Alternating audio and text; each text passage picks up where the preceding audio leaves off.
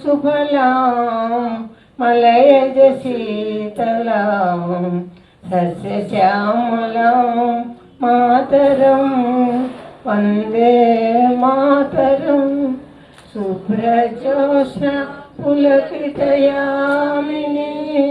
पुल्लकुसुमिता द्रुमदलशोभिनी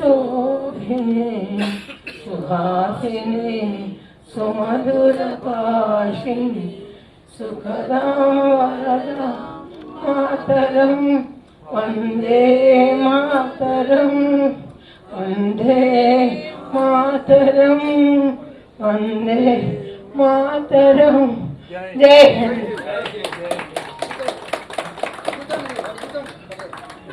are Pichaiah గారు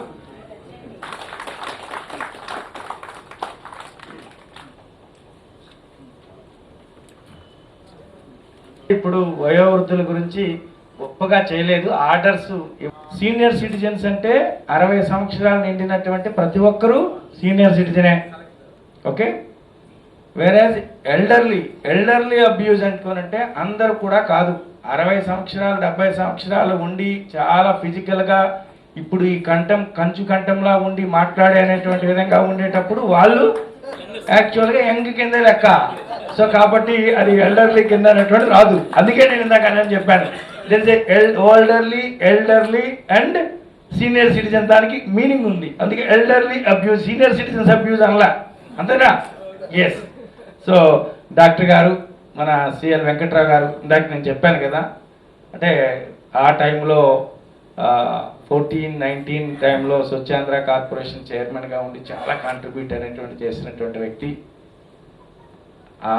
20-21 ఆ టైంలో అతని వీడియోస్ ద్వారా ఎంతోమంది అనేటువంటిది మెడిసిన్స్ తీసుకొని వాళ్ళు నిజంగా బ్రతికారు.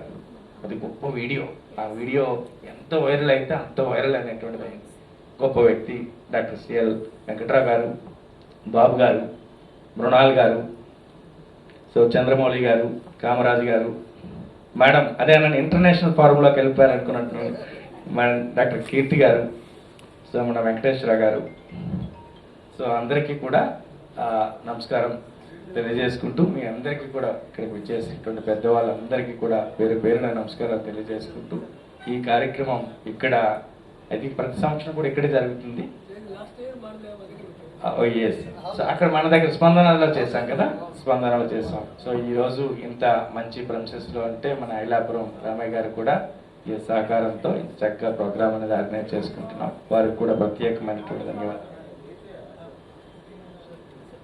ఎల్డర్లీ అబ్యూజ్ అనేది అంటే ఇది ప్రివెన్షన్ ఆర్ అవేర్నెస్. యాక్చువల్గా అయితే అవేర్నెస్కి సంబంధించినటువంటిది కదా.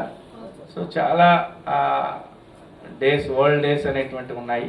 అది ఇది వరల్డ్, ఎందుకంటే ఇంటర్నేషనల్ కాదు కదా. ఇదేంటిది వరల్డ్ డే. వరల్డ్ డేకి ఇంటర్నేషనల్ డేకి తేడా ఒకటి ఏంటంటే, ఈ భూమి పైన ఉన్నటువంటి ప్రతి దేశం కూడా దీన్ని జరుపుకుంటే దాన్ని వరల్డ్ డే అంటారు.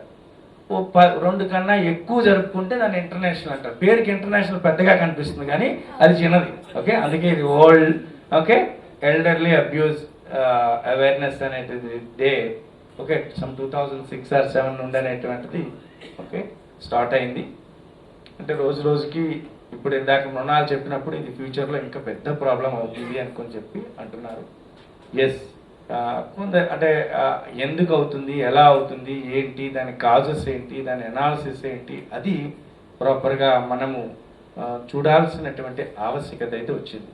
అంటే ఇండియా లాంటి ఒక గొప్ప కుటుంబ వ్యవస్థ ఉన్నటువంటి దేశంలో కూడా దీని గురించి మాట్లాడుకుంటున్నాము అంటే అసలు ఎందుకు జరుగుతుంది అది ఒకసారి ఆలోచించాలి. ఎందుకంటే మనం చాలా చెప్పుకుంటాం కదా, ఈ ప్రపంచంలో ఇండియాలో ఉన్నంత గొప్ప కుటుంబ వ్యవస్థ ఏ దేశానికి లేదు అనుకొని చెప్పేసి అంటుంటాం. బట్ అనుకునేది నిజమా? అవ్వట్లేదే. సో ఆ కార్ల్ మార్క్స్ మాటల ఏవైతే చెప్పినట్టు ఏంటవి మానవ సంబంధాలన్నీ, దానివల్ల ఈ ప్రాబ్లమ్స్ అన్నీ వస్తున్నట్టుగా కనిపిస్తుంది కదా. సో దానివల్ల ఈ ప్రాబ్లమ్స్ అన్నీ వస్తున్నాయి. సో కాబట్టి ఎస్, అంటే దీంట్లో అంటే 100% పిల్లలే అనేది నేను అనను. ఓకే, అన్న ఒక 90% పిల్లలు అయితే ఒక 10% మీరు కూడా ఎస్, మీరు కూడా ఓ 10%. సో అది మొహమాటం లేకుండా చెప్పాలి కదా. సో ఎందుకంటే ఒకరికి ఒకలాగా ఇంకొకరికి చూసే విధానము, ఓకే, దానివల్ల ఎవరికో ఒకరికి ఇప్పుడు గొడవ రావడము తర్వాత ఇలాంటి, అందుకు మాకు ఎక్కువ కేసెస్ సెక్షన్ 23 కింద ఎక్కువ వచ్చేస్తున్నాయి. రీజన్ చెప్పాలంటే మాకున్న యాక్ట్లో సెక్షన్ 23 చాలా తక్కువగా ఇన్వోక్ చేయండి, ఎక్కువగా వద్దు. అంటే ప్రాపర్టీకి సంబంధించినటువంటిది ఒకవేళ వైలేట్ అయితే అటువంటి డాక్యుమెంట్ని క్యాన్సిల్ చేసే అధికారము ట్రిబ్యునల్స్కి ఉంది. అది section 23 of the act.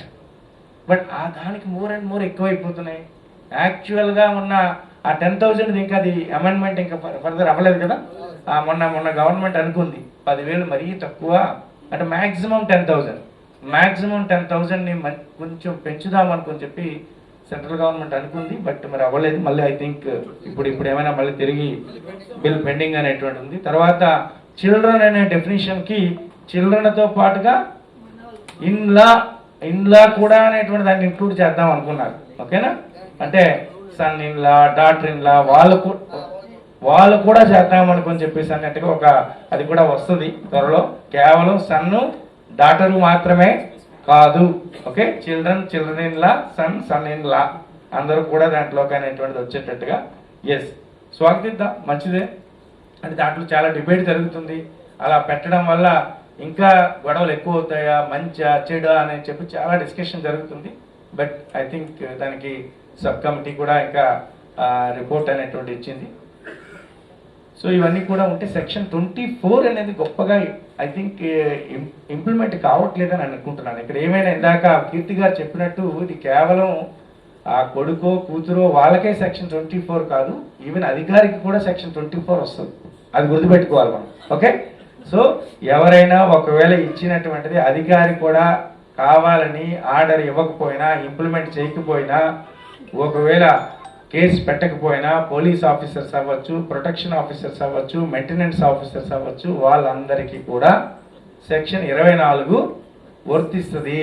But section 24 కింద గత సంవత్సరంలో ఏమైనా ఎన్ని కేసులు ఉన్నాయంటే ఒక్కటైనా ఉంది, అసలు ఒక్క కేసు కూడా లేదు. సెక్షన్ 24 ఆఫ్ సీనియర్ సిటిజన్స్ అనేది మనకి అది ఒక క్రిమినల్, ఓకే, క్రిమినల్ యాక్ట్. దాని కింద మనము ఇది కూడా ఎఫ్ఐఆర్ కూడా పెట్టచ్చు, అంతే కదా. ఎఫ్ఐఆర్ అనేటువంటిది కూడా ఉంది. బట్ 24ని ఎక్కడ కూడా ఇన్వోక్ చేయట్లేదు. సో అప్ టు 23తో అయిపోతుంది, తర్వాత వెళ్ళట్లేదు. అలా అని చెప్పి ఐపీసీలో మనకి ఏమైనా 506 సీనియర్ సిటిజన్స్కి ఏమైనా కేసులు వచ్చాయి అసలు నేను లాస్ట్ 1 ఇయర్లో ఒకసారి అది కూడా ఒకసారి డేటా తీద్దాం. ఒకసారి డేటా తీసి ఏమైనా 506కి సంబంధించిన దాంట్లో ఈ సీనియర్ సిటిజన్స్కి వాళ్ళు ఇంటిమిడేషన్ చేసి సీనియర్ సిటిజన్ సంబంధించిన కేసులు 2 వచ్చాయి. సో అంటే ఎప్పుడు కూడా ఆ ఎన్ఫోర్స్మెంట్కి సంబంధించినటువంటి సెక్షన్స్ ఎఫెక్టివ్గా అయితేనే సొసైటీలో భయం వస్తుంది కొంత అనేది. ఇలాంటివి చేయాలనుకున్నంటే భయం రాకపోతే ఎంత అయ్యా బాబు అనుకున్నంటే కాదు. కొన్నిసార్లు బెత్తం అనేటువంటి పట్టుకుంటే కొన్ని పనులు అనేటువంటి అవుతాయి. ఎస్, దాంట్లో 24ను మనం ఎఫెక్టివ్గా ఇంప్లిమెంట్ చేసేటట్టుగా మనం చేయాలి. ముందు వాట్ ఎవర్ ద ఐపీసీ సెక్షన్సా లేకపోతే 2007 యాక్ట్ అనేటువంటి దానికన్నా ఇది ఒక ఆస్పెక్ట్ అయితే ఓకే. సీనియర్ సిటిజన్స్కి సంబంధించిన హోమ్స్ అనేది ఒక కాన్సెప్ట్. ఎస్, అసలు సీనియర్ సిటిజన్కి ఒక హోమ్ అనే కాన్సెప్ట్ రావాల్సినటువంటి పరిస్థితులు మనకి రాకూడదు మరిక. బట్ దాని గురించి మనకి రావాలి అని మాట్లాడుకోవాల్సిన పరిస్థితి వచ్చింది. ఎందుకు అంటే ఎస్, పిల్లలు ఇద్దరు కూడా యుఎస్కో లేకపోతే అదర్ కంట్రీస్కో వెళ్ళిపోయి ఇక్కడ ఉన్నప్పుడు వాళ్ళ సేఫ్టీ పాయింట్ ఆఫ్ వ్యూలో ఒక్కొక్కసారి వాళ్ళు వెళ్ళలేరు కాబట్టి, అక్కడ ఉంచుకోలేరు కాబట్టి, అటువంటి పరిస్థితులు ఉన్నాయి కాబట్టి దానిని మనము అవసరమే అనుకుందాం. కానీ ఖచ్చితంగా దానికి కూడా సెంట్రల్ గవర్నమెంట్ అసిస్టెన్స్ అయితే ఉంది.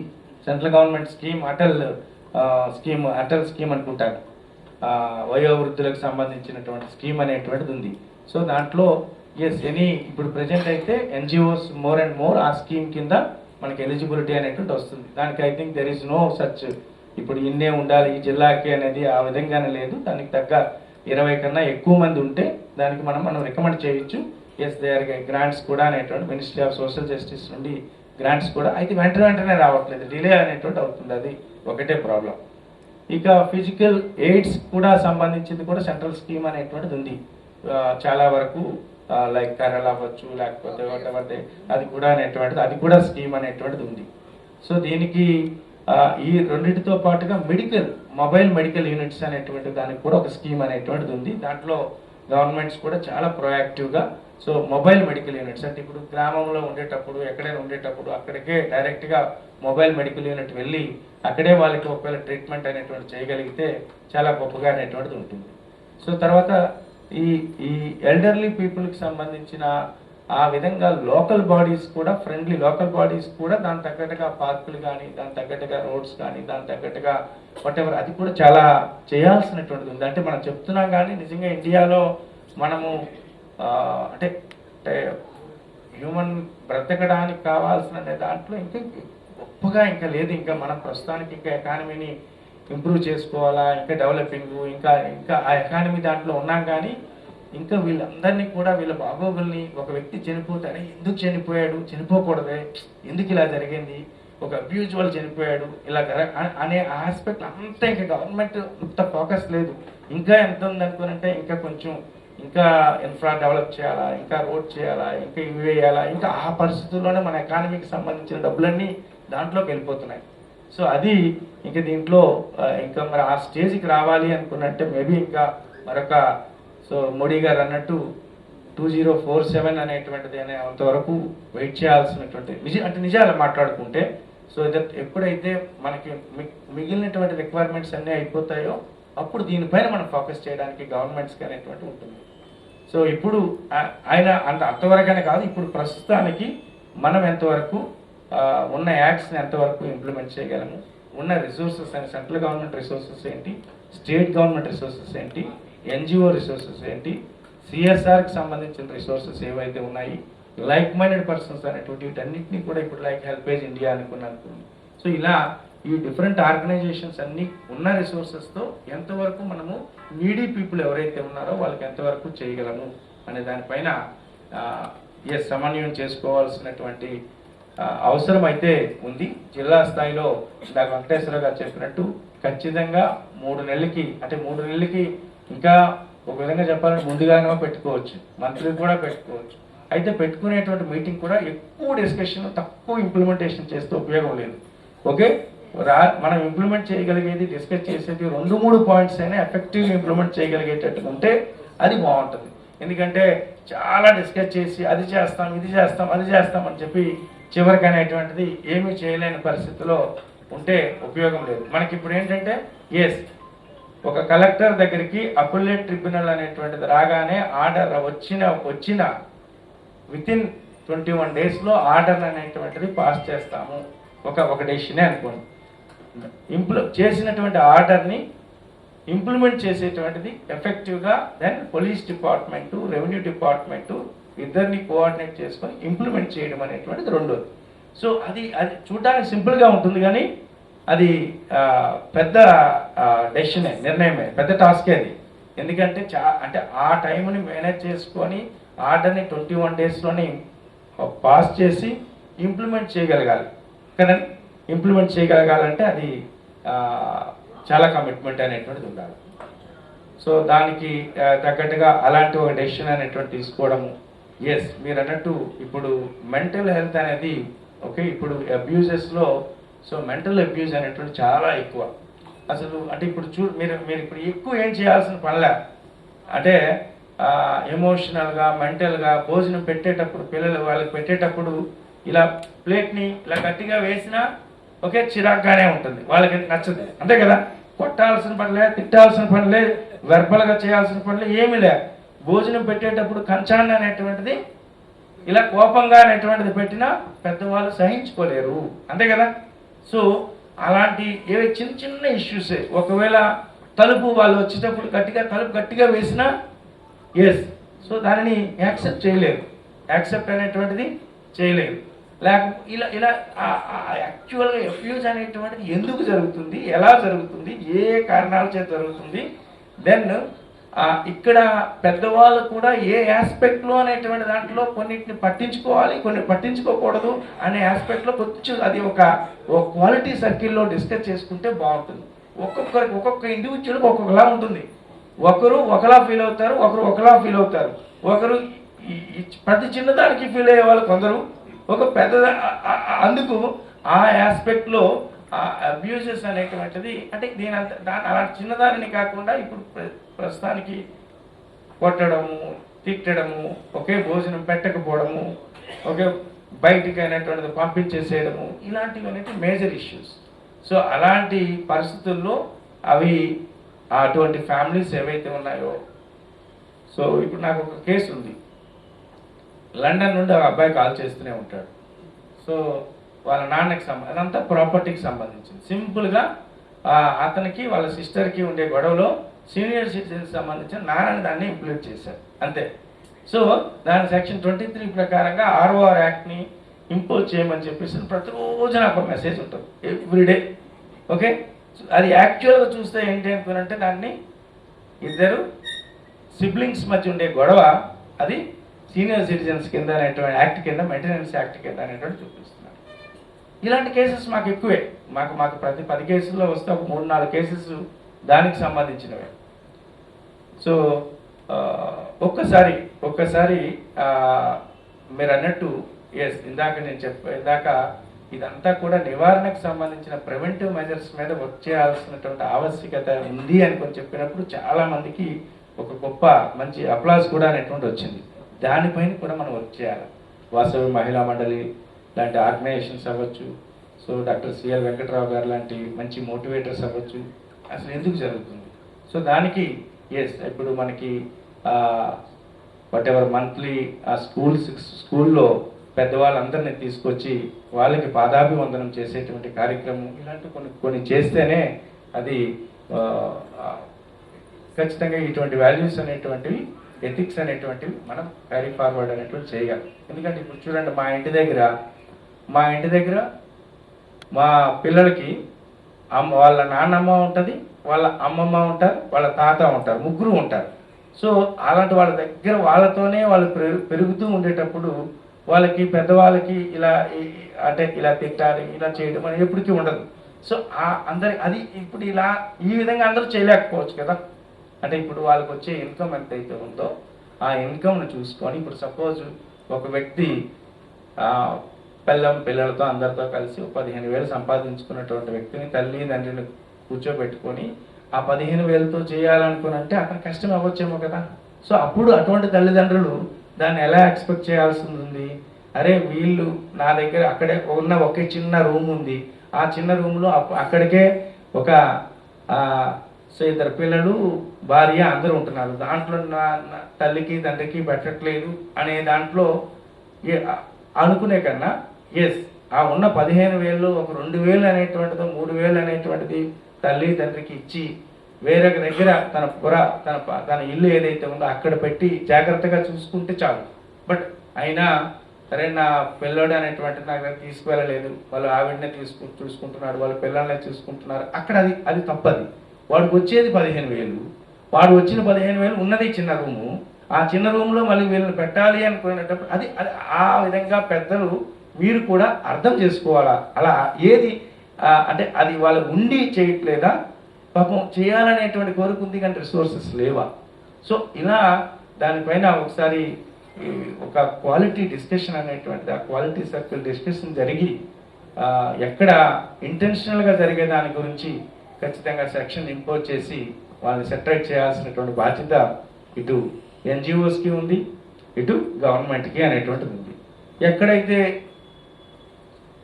వీలు పడదు అలాంటప్పుడు కూడా ఇష్యూస్ చేస్తున్నప్పుడు వాళ్ళకి ఇటువంటి ఓల్డ్ ఏజ్ హోమ్స్ ఏవైతే ఉన్నాయో వాటిల్లోకి తీసుకెళ్లేటువంటి దానికి తగ్గట్టుగా ప్లాన్ చేసుకోవాల్సింది. నేను రీసెంట్గా ఒక దగ్గరికి వెళ్తే ఒక బ్యూటిఫుల్ ఒక 80 ఎన్నో అపార్ట్మెంట్స్ కడుతున్నటువంటి ఒక బిల్డింగ్ చూశాను. బిల్డింగ్ చూస్తే డిస్కస్ చేసి ఏంటిది అంటే ఇదంతా కూడా సీనియర్ సిటిజన్ సంబంధించినటువంటి బిల్డింగ్. అంటే 80 అమ్మేశారట. 80 అమ్మేశాడు. అది కూడా యుఎస్లో అక్కడ ఉండేటువంటి వాళ్ళందరూ కూడా ఒక్కొక్కటి కొని చక్కగా ఒక మంచి డబుల్ బెడ్రూమ్, ట్రిపుల్ బెడ్రూమ్ సంబంధించినటువంటి మంచి దీంట్లో ఎక్కడ మన టువార్డ్స్ పెనంలూరుకి దారిలో. ఓకే, ఎస్, నో, టువార్డ్స్ కానూరుకి వెళ్ళాక కొంచెం దాటాక ఈడుపుగల దగ్గర, ఎస్, ఈడుపుగల దగ్గర అక్కడ సచ్ బిల్డింగ్ కన్స్ట్రక్షన్ జరుగుతుంది, హాస్పిటల్ ప్లానింగ్ ఉంది. అక్కడ మిగిలిన వాళ్ళకి సంబంధించిన ఫుడ్, వాళ్ళకి అంతా కూడా అంటే చూడండి, అంటే సొసైటీ దట్ బిజినెస్ మోడల్లో కూడా ఎలా వచ్చేసిందో చూడండి, చెప్తున్నాను నేను. ఓకే, అంటే 80 అనేది కేవలం మిగిలిన వాళ్ళందరికీ కాదు, చాలా ఈ ఏరియాలో ప్రతి ఇంట్లో కూడా ఒకరు యూఎస్లో ఉన్నారు కదా. సో వాళ్ళు డైరెక్ట్గా పే చేసి వాళ్ళ తల్లిదండ్రులకి సెక్యూర్డ్గా ఒక చక్కటి అపార్ట్మెంట్ అనేటువంటి ఇచ్చి వాళ్ళ భోజనానికి సంబంధించింది అంతా కూడా అనేది వాళ్ళే పే చేసుకొని, మెయింటెనెన్స్కి కూడా, హాస్పిటల్కి సంబంధించింది అంతా కూడా చేసుకునేటట్టు అటువంటి కల్చర్ కూడా అనేటువంటి వచ్చింది. ఇంకా ఎలాంటి మార్పులు అనేటువంటిది వస్తుందో తెలియదు. బట్ దానికి తగ్గట్టుగా ఒక్కటి, మనము ఈ కుటుంబ వ్యవస్థ అనేది చిన్నాభిన్నం అయిపోతుంది. సో ఆ వ్యవస్థ అనేటువంటి దాన్ని మళ్ళీ మనం అంతా కూడా కూర్చొని ఒక్కసారి ఆ వ్యవస్థను సెపరేట్ చేస్తే తప్ప ఇది సెపరేట్ కాదు.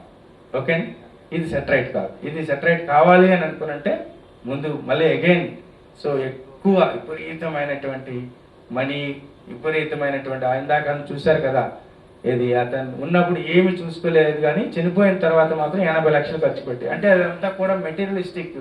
ఎవరో ఒకరు పొగడాలి, నలుగురు చూసి సమాజం అంతా కూడా ఎంత ఖర్చు పెట్టి ఎలా చేశారు గ్రాండ్గా అని చెప్పేసి వాళ్ళందరూ కూడా సమాజానికి దీని గురించి గౌరవంకి దాని గురించి బ్రతుకుతున్నటువంటి వాళ్ళు. అలా అయితే ఉపయోగం లేదు కదా. సో కాబట్టి మళ్ళీ అగైన్ అంటే మోర్ అండ్ మోర్ ఇప్పుడు ఈ మెటీరియలిస్టిక్ ఈ లైఫ్లో ఇష్టం వచ్చినట్టు అనేటువంటిది, డబ్బులు ఎక్కువ అయిపోయి, డబ్బులు అనేటువంటిది, డబ్బులు ఉంటేనే ఆనందం అనుకొని చెప్పేసి అనేటువంటి దానిని మెల్లమెల్లగా మళ్ళీ వెనక్కి వచ్చి మినిమం వాట్ ఎవర్ రిక్వైర్మెంట్ ఏదైతే ఉంటే సరిపోతుంది, అంతకన్నా ఎక్కువ అవసరం లేదు. అంతకని ఇప్పుడు నిజం చెప్పాలంటే మరీ ఒక 100 కోట్లు ఉంటే ఆనందంగా కూడా ఉండలేము కదా, ఉండలేము. ఎస్, చాలా ఎక్కువ ఉంటే ఆ ప్రాపర్టీస్ని చూసుకోవాలి, అది ఏమవుతుంది అని కొంచెం భయమే తప్ప ఆనందంగా అయితే ఉండలేము దాన్ని. సో కాబట్టి ఆ విధంగా ఆలోచన, ఆ మార్పు వస్తే ఇది మార్పు అనేటువంటిది వస్తుంది. దానికి తగ్గట్టుగా ఎస్, మోర్ అండ్ మోర్ సొసైటీని మోటివేటర్స్ కావాలా, సొసైటీలో అనేటువంటిది ప్రీచర్స్ కావాలా, సొసైటీలో అనేటువంటి మళ్ళీ దైవభక్తి అనేటువంటి రావాలి. తర్వాత ఈ వాల్యూస్ అండ్ ఎథిక్స్ సంబంధించినటువంటి దాంట్లో ఉన్న చివరికి ఏదైనప్పుడు కూడా మనము ఆ డేలో 5 స్టార్లో ఉన్నా, 7 స్టార్లో ఉన్నా, సింపుల్ దాంట్లో ఉన్నా, వన్ లైఫ్ అనుకున్నట్టుగా అనేటువంటి ఆ విధంగా ఉండేటట్టుగా ఆ మార్పు అనేది, ఆధ్యాత్మికంగా అనేటువంటి మార్పు అనేటువంటిది రావాలని చెప్పేసి కోరుకుంటూ, మరి చక్కటి కార్యక్రమాన్ని ఆర్గనైజ్ చేసినటువంటి వెంకటేశ్వరరావు గారు అండ్ బాబురావు గారి టీంకి ప్రత్యేకమైనటువంటి అభినందనలు తెలియజేసుకుంటూ, ఖచ్చితంగా ఇందాక మనకి చంద్రమౌళి గారు గొప్ప ఒక మంచి, ఓకే, మాటలు తక్కువ బట్ చేతలు ఎక్కువ అనుకున్నానంటూ ఏమన్నారంటే, నేను నా దగ్గరికి వచ్చే ఎవరైతే ఉన్నారో వాళ్ళందరికీ కూడా మా అసోసియేషన్ ఫామ్ అవుతుంది, దానికి కూడా ఫీ కూడా తీసుకోము అని చెప్పేసి అనుకున్నారు. అది గొప్ప నిర్ణయం. సో చిన్న నిర్ణయం కాదు అది. ఇంకొక నిర్ణయం కూడా, ఇంకో రెజల్యూషన్ కూడా తీసుకుంటే చాలా బాగుంటుంది. ఎవరైనా సీనియర్ సిటిజన్ సంబంధించిన కేసు ఎవరైనా ఒకవేళ వస్తే దాంట్లో న్యాయం లేదు అని అనిపిస్తున్నప్పుడు అసలు డాక్టరే ఒక లాయర్ అనేటువంటి ముందుకు రాకూడదు దాని గురించి. సో అది అంత ఈజీ కాదు. బట్ ఆ రెజల్యూషన్ కూడా కొన్నిసార్లు మనకి బెంచ్ చాలా స్ట్రాంగ్గా ఉంటుంది. ఓకే, ఎస్, అది కూడా చేయగలిగితే చాలా చాలా బాగుంటుంది అని చెప్పి కోరుకుంటున్నాను. Thank you. Permission sir.